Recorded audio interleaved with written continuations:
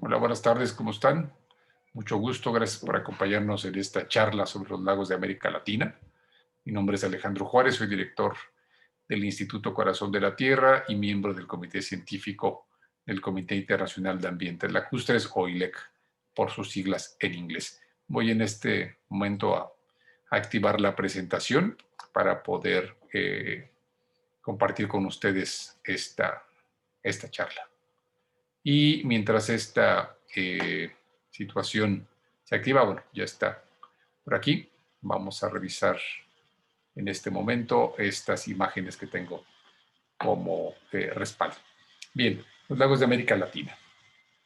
Estamos hablando de una diversidad impresionante, estamos hablando de decenas de miles de lagos, de cuerpos lacustres, con características muy diferentes en términos de su origen. Algunos son de origen volcánico, otros fueron consecuencia de acomodos de la corteza terrestre, unos más fueron una combinación de las mismas. Algunos son lagos de gran altitud, como el lago Titicaca que estamos viendo. De tamaño, por supuesto, el Titicaca también es el más grande. Y además también hay grandes diferencias en cuanto a profundidad. Tenemos lagos que tienen más de 220 metros de profundidad y lagos que están en 1,5 metros o 2 metros. Todo esto los hace muy distintos, los hace muy cambiantes en términos del tipo de vida que albergan y también las dinámicas y la forma en que funcionan y se defienden, porque los lagos también se defienden, es muy, muy distinta. El lago Cocibolca, por ejemplo, que se encuentra en Nicaragua y está justo en el medio entre el Canal de Panamá, entre la parte del Atlántico y el Pacífico, tiene entre sus peculiaridades que alberga tiburones, nada más y nada menos. Tiburones que acabaron entrando justamente por el contacto con la masa oceánica y que se quedaron ya en este lago como parte de sus habitantes. Lago Fúquene, en Colombia, un lago relativamente poco profundo, 2 metros en promedio, que a pesar de su poca profundidad es extremadamente importante para centenares de especies de aves que habitan en la misma, que encuentran ahí refugio y un espacio de alimentación y en algunos casos de cría para sus polluelos. Y la laguna Bacalar, perdón, en México, un lugar impresionante, uno de los lugares más hermosos del planeta, denominado también la Laguna de Siete Colores por las diferentes tonalidades del agua, y que extrañamente el agua que alimenta este lago es un agua de cenotes, que significa que el agua, los cenotes, como ustedes saben, es agua que corre de forma subterránea y sin embargo hay un punto, varios puntos en realidad, que en donde esta agua aflora y conforma y crean lo que viene siendo la laguna. Parte de la situación de los colores tiene que ver con la carga mineral que justamente tiene esta agua. Los lagos son extremadamente importantes. ¿Por qué son importantes? Obviamente por el asunto del agua, pero esto representa muchas cosas de las cuales vamos a platicar un poco más adelante. El 90% del agua dulce disponible en América Latina está en lagos y empresas, habría que hacer la aclaración. Sin embargo, los lagos de por sí han fungido con esta importantísima función desde hace decenas de miles de años, cientos de miles de años. Es importante también aclarar que aquí en América Latina tenemos un puñado de los llamados lagos antiguos, lagos que tienen más de 1 millón de años funcionando en términos ecológicos, ecosistémicos, y eso los hace una maravilla porque los lagos normalmente no sobreviven más de 200 o 250 mil años.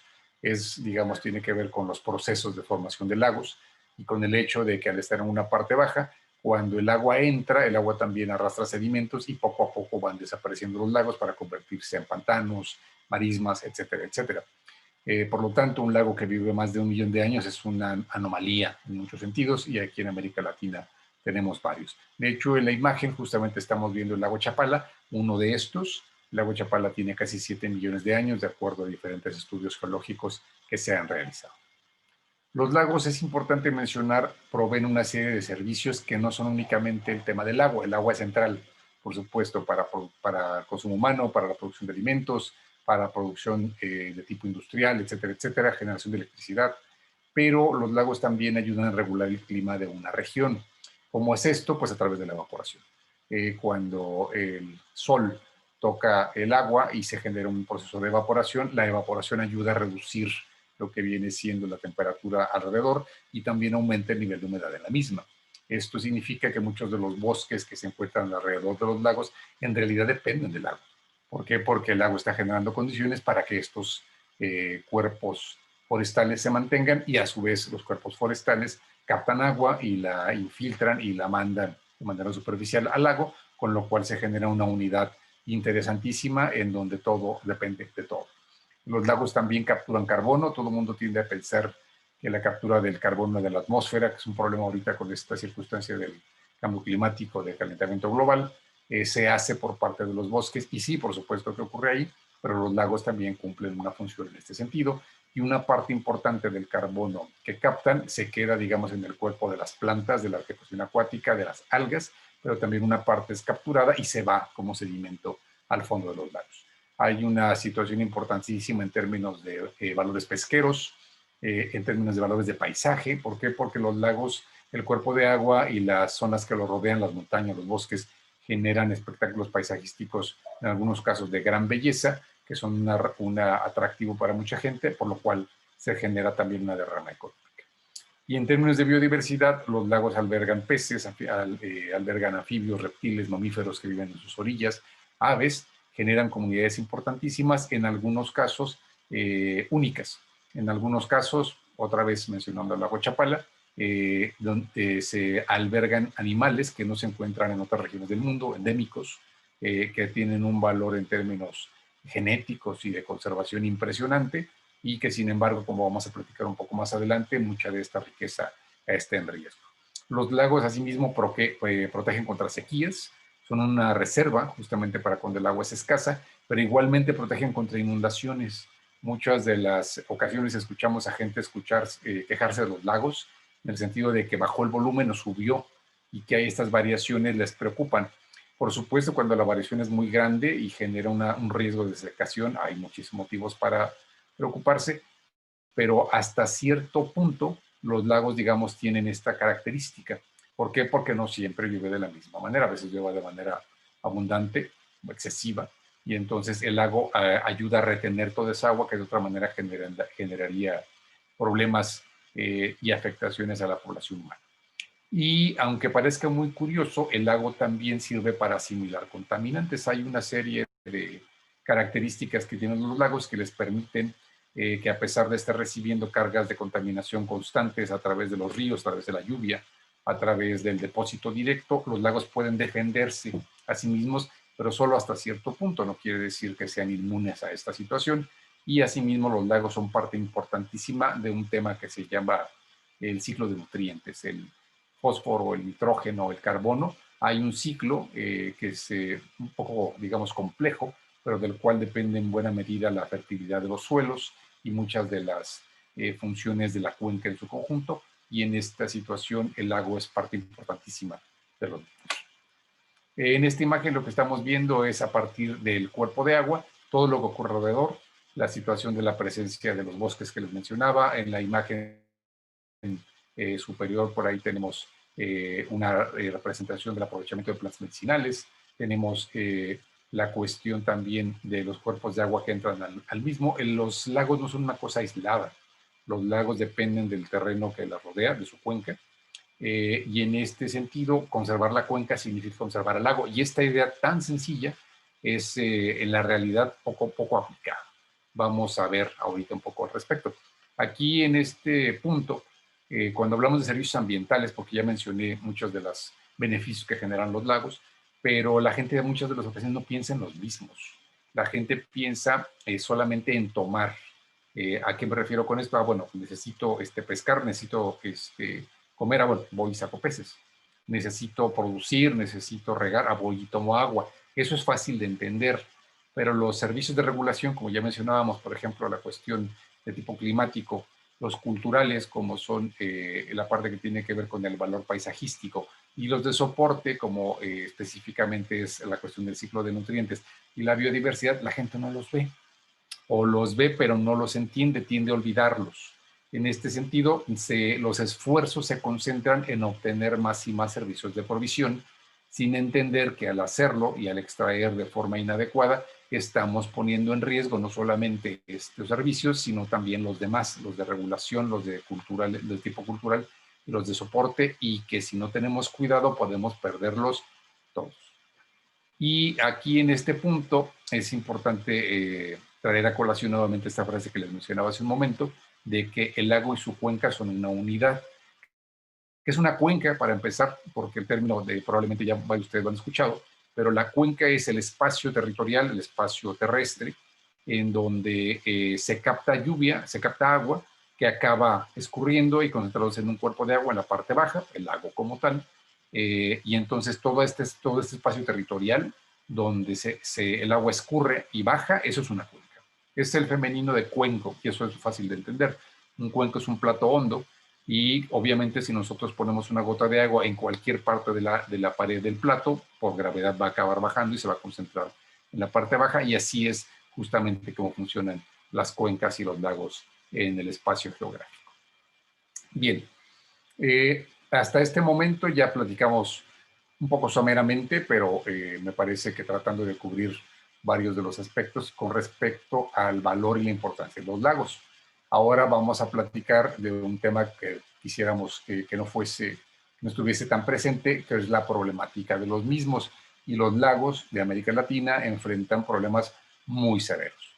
Desde el riesgo de desecación, de que simple y sencillamente dejen de tener suficiente agua para estar presentes, la cuestión de las invasiones al cuerpo de agua, gente, grupos, sectores que tratan de ganarle terreno al agua y lo van rellenando poco a poco, en algunas ocasiones como una circunstancia de invasiones hormiga, pero que cuando se acumulan generan la pérdida de grandes superficies, y en algunas otras ocasiones invasiones hechas y derechas por instituciones tanto privadas y en algunas ocasiones de gobierno, con la idea de hacer procesos de un desarrollo mal entendido. La contaminación, eso es, digamos, fácil de entender, fácil de percibir, pero la contaminación puede ser la típica y fácil de entender por basura, por la cuestión de aguas de drenaje, pero también, por ejemplo, los arrastres de fertilizantes, los arrastres de pesticidas, aunque el agua se vea transparente, aunque se vea limpia, ahí pueden estar presentes y generan problemas importantes. Y obviamente también está la contaminación por fuentes de tipo industrial. El exceso de nutrientes, eso es un problema. Y mucha gente dice, pues ¿cómo que exceso de nutrientes? Si los lagos, pues es importante que tengan nutrientes, ¿no? Eso mantiene la vida. Sí, pero cuando hay un exceso, eso genera desbalances, desequilibrios en el ecosistema, y estos desbalances pueden tener efectos en realidad impresionantes, catastróficos. Vamos a ver algunas imágenes un poco más adelante. El exceso de sedimentación, cuando entran muchas sustancias disueltas en el agua, esto aumenta o acelera la velocidad con la que el lago va perdiendo profundidad.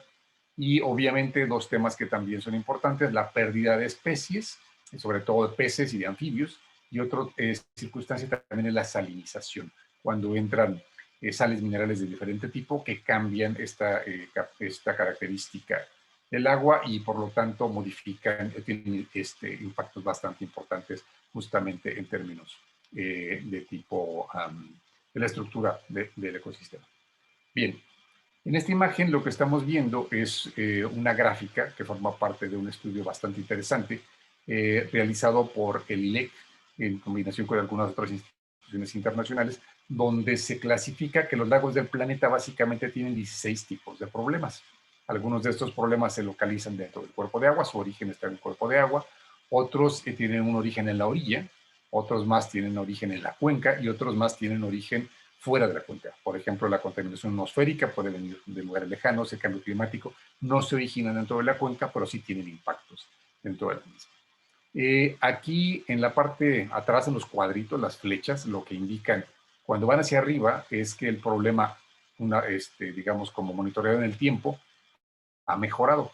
Las flechas que van en sentido horizontal significa que el problema está estabilizado, pero en esta circunstancia, cuando van hacia abajo, significa que el problema está aumentando.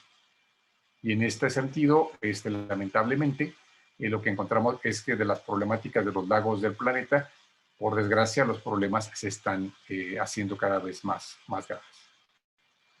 Aquí está una imagen que muestra un ejemplo de los riesgos de la desecación del lago Chapala.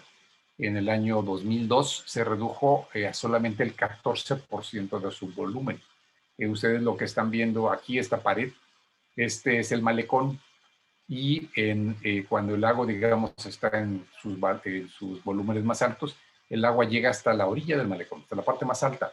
Estamos hablando prácticamente 5 metros de profundidad, y en ese momento se generó esta crisis que generó una circunstancia de preocupación y revuelo nacional muy impresionante, y que afortunadamente, gracias a una serie de temporadas de lluvias extremadamente abundantes y a la reacción de diferentes grupos y sectores para llegar a acuerdos para asegurarse que siguiera llegando agua al lago, hasta el momento se ha conjurado, pero ojo, no significa que haya desaparecido el riesgo, y eso que ocurrió también en Chapala ha ocurrido en otros cuerpos de agua y el riesgo está presente. Otro tema es esta circunstancia que a veces es posible observar cuando uno va a la orilla de un cuerpo de agua y nota que el agua se ve verde.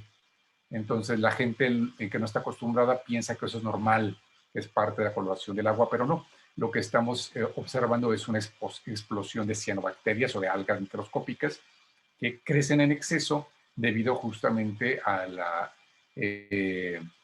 proliferación, a la abundancia de nitrógeno, de fósforo, de nutrientes en el agua. Y estos nutrientes vienen de dos fuentes. Uno, que son las aguas negras cuando son vertidas. Esto, además de los patógenos que lleva, tiene muchísima materia orgánica que es alimento para las plantas y para las algas microscópicas. Pero por otro lado, y es la fuente probablemente más importante en toda América Latina, cuando los fertilizantes que se aplican en los campos agrícolas son lavados por la lluvia, porque la planta aprovecha más o menos la mitad de lo que recibe.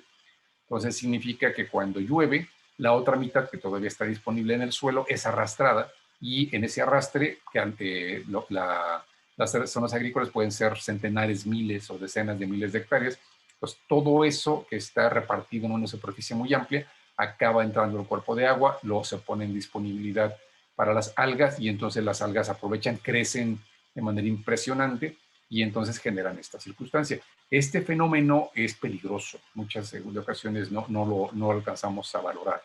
¿Por qué es peligroso? Porque cuando las algas crecen tanto, lo hacen porque tienen el nutriente, pero lo hacen tan rápido que se acaban los nutrientes también muy rápido. Cuando entonces ya no hay más nutrientes, las algas se mueren. Y cuando se mueren, entonces eso genera que el oxígeno en el agua se termina, y lo que haya de seres vivos dentro de esta superficie acuática va a fallecer. No tiene manera de mantenerse vivo justamente por la carencia de oxígeno. Lo que estamos viendo aquí es uno de estos fenómenos que ocurrió en el lago Atitlán, en Guatemala, en el 2008. El tema de las alteraciones físicas. Aquí es un ejemplo de lo que les mencionaba de cómo se hacen invasiones a los cuerpos de agua, incluso invirtiendo recursos públicos de manera importante. Lo que estamos viendo aquí es el lago Cuitzeo, que está en Pátzcuaro, que está en Michoacán, y hay una carretera que lo atraviesa. Entonces, pues parece como muy lógico en el sentido de, bueno, claro, es que es más fácil atravesar el lago que dar la vuelta. Esto pasa en otros espacios, por ejemplo en Sayula, también en el estado de Jalisco. Pero ¿qué es lo que ocurre? Que cuando esto se hace sin una planeación adecuada, sin entender el funcionamiento del lago, lo que se hace entonces es que en realidad ya no tenemos un lago, sino dos, en donde no hay contacto o no hay flujo de agua entre un espacio y el otro. Bueno, en algunas circunstancias se pueden, por ejemplo, dejar como ciertos canales, es posible observarlos debajo de la carretera, pero son tubos que limitan muchísimo el intercambio de agua. Y esto puede generar alteraciones importantísimas. ¿Por qué? Porque se modifican las corrientes, porque se modifica la capacidad del agua de oxigenarse, lo cual afecta a todos los seres vivos que encuentran dentro de la misma, y porque además facilita la proliferación de plantas acuáticas. Y las plantas acuáticas, que son muy importantes en muchos sentidos, son uno de los componentes que generan balance en el ecosistema. Cuando están de manera excesiva, a su vez generan una serie de alteraciones. Entonces, las actividades que invaden el cuerpo de agua sin realizarse de manera adecuada son un problema también bastante importante. Las especies invasoras. Cuando vamos a un cuerpo de agua lacustre y queremos comer un pez, muchas de las ocasiones nos sirven alguno de estos dos que estamos mostrando, que es la tilapia o la lobina negra. A la gente les encantan, por supuesto el sabor es rico, es más común de hecho la cuestión de la tilapia. La lobina negra es menos abundante porque se utiliza principalmente con fines de pesca deportiva, pero las dos no son especies propias de estas regiones. La tilapia, por ejemplo, originalmente es de la cuenca del Nilo, de África, y es un pez que se ha adaptado muchísimo y que incluso se promueve su reproducción soltando en ocasiones millones de pequeños pececillos dentro de los lagos de la región, con la intención de que se reproduzcan, pues para que puedan ser pescados y generar un beneficio. Lo que no se ha tomado en cuenta, y es impresionante el nivel de falta de información para esta toma de decisiones, es que estos peces van a desplazar a los peces nativos. Y si podemos recordar, les mencionaba yo hace un momento que los peces nativos de estos lagos han evolucionado a lo largo de cientos de miles o en ocasiones millones de años y son peces que no se encuentran en otra parte del planeta. El tema está en que los peces nativos no necesariamente son tan grandes y les resulta, sin embargo, muy difícil competir con este animal y con estos animales. Y estos dos que les estoy mostrando son solamente un ejemplo. Hay decenas de especies invasoras que han desplazado, han acabado, han arrasado con los peces nativos. En el caso, por ejemplo, de la lobina negra, la lobina es una depredadora impresionante, se come lo que sea, que tenga, digamos, capacidad de devorar. Y la tilapia, aunque no es carnívora, es muy eficaz compitiendo por los recursos, por los espacios de desove y también por los alimentos disponibles. Esto genera una presión impresionante que muchas de las ocasiones ha llevado a la desaparición de decenas de especies. Bien, aquí es importante recordar, los lagos tienen características únicas que es importante entender para poder manejarlos de manera efectiva. Un lago se puede manejar, un lago y su cuenca pueden manejarse para poder recuperar o restaurar muchos de los servicios y ambientales que provee y para asegurarnos que los mismos se sigan proveyendo a lo largo de decenas o de años e incluso con algo de suerte de siglos. Aquí muestro el logotipo del ILEC, del International Lake Environmental Committee Foundation, justamente que es una institución dedicada exclusivamente al conocimiento, a la investigación y a la conservación de estos cuerpos en diferentes partes del planeta, porque las características que les voy a mencionar fueron definidas específicamente por esta importantísima organización. Ahí son tres características. La primera es la naturaleza integrada de los lagos y sus cuencas. ¿Qué significa esto? Que todo se relaciona. Cualquier circunstancia que afecte de una forma u otra, positiva o negativa, la cuenca tiene efectos en el cuerpo de agua, tiene efectos en el lago. Los aspectos en este sentido son prácticamente inseparables. Y bueno, aprovechando, les menciono la imagen que estamos viendo, son las lagunas de Montebello que están entre Guatemala y México. La segunda característica es muy sencilla de explicar y sin embargo las repercusiones que tiene son impresionantes. Su tiempo de retención muy largo, que significa que una gota de agua que entra a un lago puede pasar años hasta que salga del mismo. ¿Por qué? Porque el agua se mueve con mucha lentitud dentro del cuerpo lacustre. Esto, en términos de manejo, ¿qué significa? Que los problemas pueden tardar muchísimo en manifestarse. ¿Por qué? Porque como el agua se mueve con tanta lentitud, los contaminantes y los sedimentos y muchas otras cosas también lo hacen de la misma manera. Pero sin embargo, cuando los problemas se manifiestan, lo hacen de manera muy rápida y la gente muchas veces se sorprende, por ejemplo, de decir, ¿sabes qué? Este lago, pues de repente se contaminó, como de la nada. Y no, o sea, la contaminación se puede generar a lo largo literalmente de décadas y cuando se manifiesta, sin embargo, lo hace de manera muy rápida. En este sentido, también cuando hay una decisión de empezar a hacer acciones de restauración o de manejo, de recuperación de algunas características del lago, las acciones pueden tardar mucho tiempo en reflejar resultados, lo cual puede ser muy desesperante para el público y también para las instituciones que apoyan estos cambios, porque se hace trabajo y sin embargo parece que los resultados no se observan. Por lo tanto, es importante entender que esta característica del lago no va a cambiar y no va a acelerarse por más, digamos, recursos económicos que se le puedan invertir a una situación de esta naturaleza. Lo que estamos viendo aquí es un área importantísima en Brasil, el área de Pantanal. Y la tercera característica es que las dinámicas de respuesta del lago, de la estructura del lago como ecosistema son muy complejas. Una acción de disturbio puede generar resultados inesperadísimos y en otros sentidos, por ejemplo, acciones de manejo o de restauración pueden producir igual resultados que nadie vio venir, tanto positivos como negativos. ¿Por qué? Porque lo que pasa dentro del lago es complejísimo. Tenemos que estar hablando de la temperatura, de las corrientes, de la cantidad de algas presentes, de si las algas presentes son de ciertas especies o de otras, de la cantidad de peces que se alimentan de estas algas, de la capacidad que tienen la comunidad de aves de alimentarse a su vez de estos peces, o si se prefieren alimentarse de uno sobre otro. Es muy, muy, muy, muy complejo. Pues es imposible adivinar o prever o predecir por completo qué es lo que va a ocurrir. Ojo, esto no quiere decir que no se pueda hacer manejo, ya hay lecciones aprendidas en muchos sentidos, pero lo que quiere decir es que es imposible predecir todo al 100%. En nuestra región hay una situación de crecientes conflictos por el agua, agudizada por los procesos de cambio climático, por las demandas poblacionales, por la circunstancia de la lucha, digamos, entre diferentes sectores del agua, entre el agua, por ejemplo, para la producción de alimentos o de bebidas, el agua para consumo humano, el agua industrial, etcétera, etcétera. Y estos conflictos, por desgracia, están tendiendo a agudizarse porque de por sí ya estaban, pero cuando el recurso se hace más escaso, entonces los conflictos escalan. Esto lo menciono porque en esta lógica es doblemente importante justamente en la conservación de los lagos e incluso de los reservorios artificiales de los lagos, y presas. Pero hay que entender que aunque tienen características similares, también son muy distintos. Y aquí es importantísimo mencionar que crear presas no es una política muy acertada en muchos sentidos. ¿Por qué? Porque normalmente las presas lo que hacen es que detienen el flujo de agua de los ríos.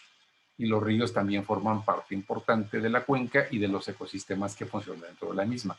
Al interrumpir el paso o el movimiento de un río, vamos a generar efectos que pueden tener repercusiones, como ya mencionaba, imposibles de predecir en un primer momento. Estas lecciones aprendidas de qué es conveniente hacer para el manejo de un lago y qué resultados podemos esperar en términos generales de lo mismo, se están resumiendo en una situación, en una plataforma internacional que se ha estado construyendo desde el año 2000, que es el manejo integral de cuenca lacustre. Yo tengo el gusto de estar participando dentro de la misma y afortunadamente he podido hacer algunas aportaciones valiosas a la misma. Por sus siglas en inglés es ILDM y es una de las estructuras de manejo más importantes, la cual también fue creada por el ILEC.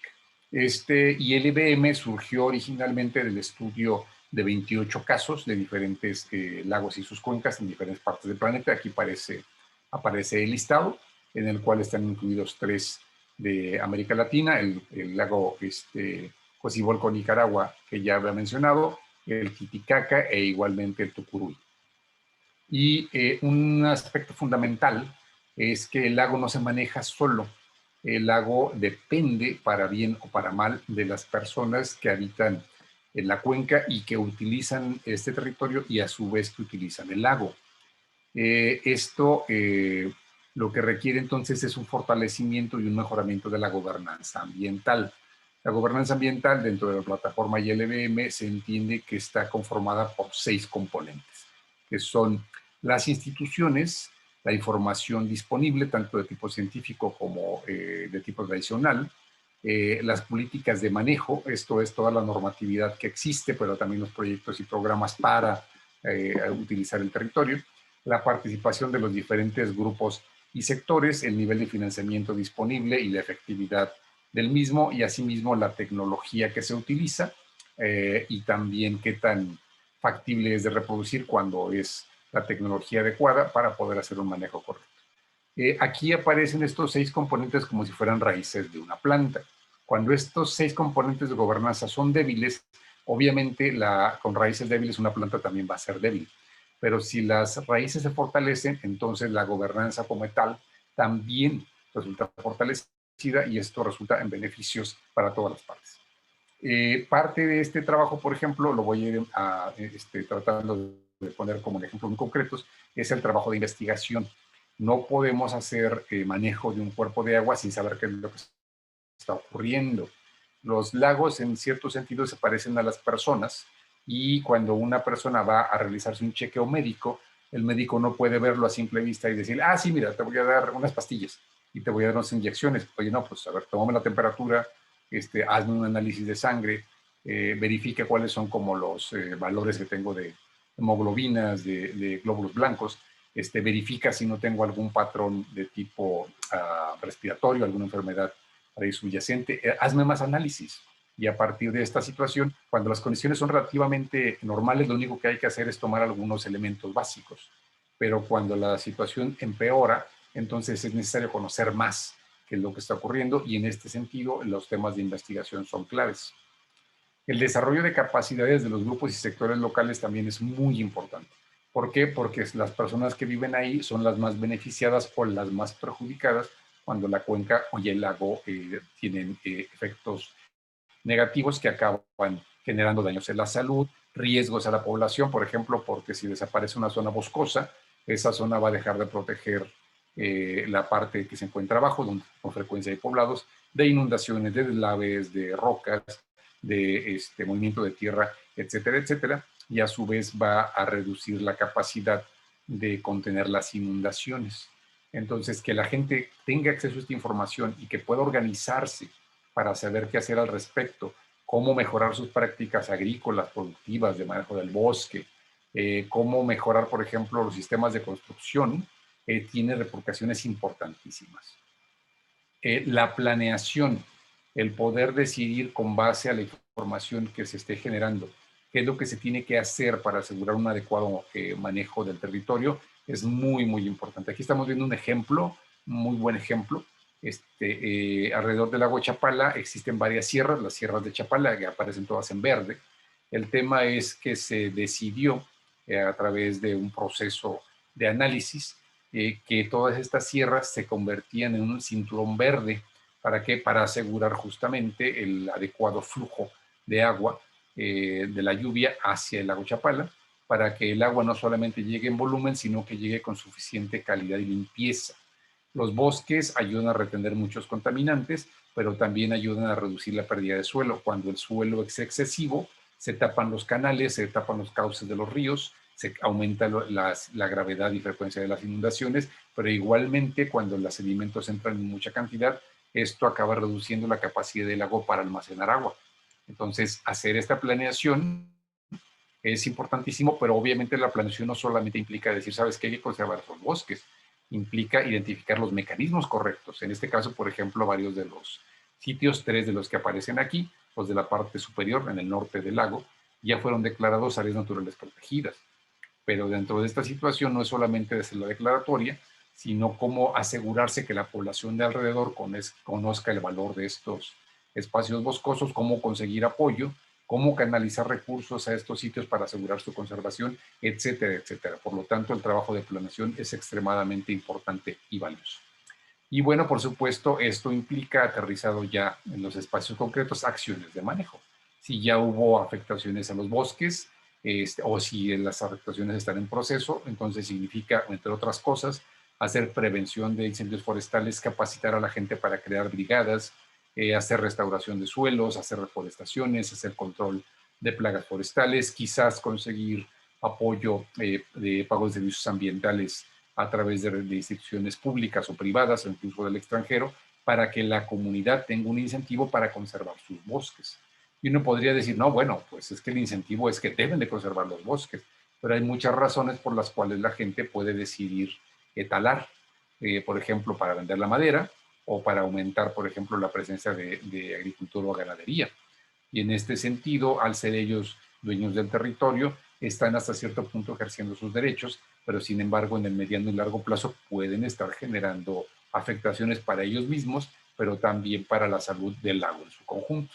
Entonces, los actores locales, sobre todo la gente que vive en espacios rurales, son actores importantísimos y aliados muy valiosos en el trabajo de conservación cuando se hace una vinculación entre instituciones, comunidades, entre el sector rural y el sector urbano. No se tienen que ver como espacios distintos o incluso enemistados, al contrario, y hay una importante necesidad de construir visiones conjuntas y de identificar las responsabilidades específicas que corresponden a los diferentes sectores. Y bueno, justamente hablando de esto, el tema de la cooperación nacional e internacional es muy valioso. Aquí el logotipo que están ustedes viendo del programa Bosques, Agua y Gente para Chapala es un programa que coordina el Instituto Corazón de la Tierra, pero es un programa que no sería imposible llevar a cabo por cuenta propia, como para nosotros solos. En este momento, en el programa Bosques, Agua y Gente están participando 45 instituciones y comunidades. Las comunidades, por ejemplo, son, nosotros las consideramos no solamente como socias o beneficiarias, ellas tienen capacidades de toma de decisiones, de organización, de hacer propuestas. ¿Por qué? Porque están en el territorio y lo conocen en muchas ocasiones como nadie.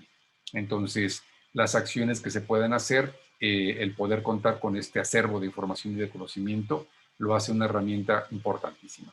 Aparecen también aquí, no les voy a mencionar todas, pero bueno, aquí está la imagen, diferentes instituciones nacionales, pero también instituciones internacionales.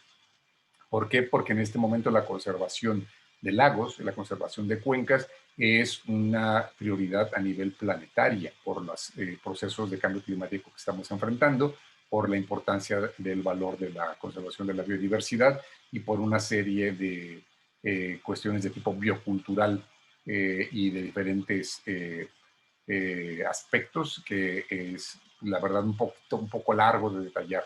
Pero, por ejemplo, aquí hemos tenido la oportunidad de trabajar en colaboración con el gobierno alemán a través del GIZ, también con el BMZ.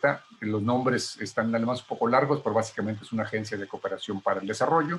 Hemos también contado con la participación del Servicio Forestal de Estados Unidos, del propio ILEC, entre otras instituciones. Aquí aparecen únicamente algunas como ejemplo.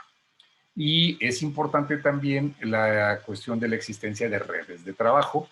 En este caso, hablando de nuestra región de América Latina, en este momento hay 3 que están trabajando de forma muy activa. Una es del propio ILEC, la Red Latinoamericana de Lagos, o LALNET por sus siglas en inglés, el Lagos Vivos de América Latina y el Caribe, que forma parte de otra red también más grande que es Living Lakes, que esta tiene alcance planetario, y la Red Mexicana de Cuencas, que se está haciendo un trabajo importantísimo en términos de vincular a investigadores, a gestores, a agentes gubernamentales para agilizar el acceso a información y también para conocer y discutir mejor los procesos de manejo de las mismas. Y bien, en esta imagen, ya para finalizar, aunque está en inglés, básicamente lo que importa mencionar aquí es que los 6 componentes de gobernanza se pueden entender como los pilares de una pagoda, en este caso una casa, y se tiene que trabajar en estos 6 pilares, en la información, en la participación, en las políticas de manejo, en las instituciones, la cuestión de financiamiento y en el acceso a tecnología adecuada para poder hacer un adecuado manejo de la cuenca.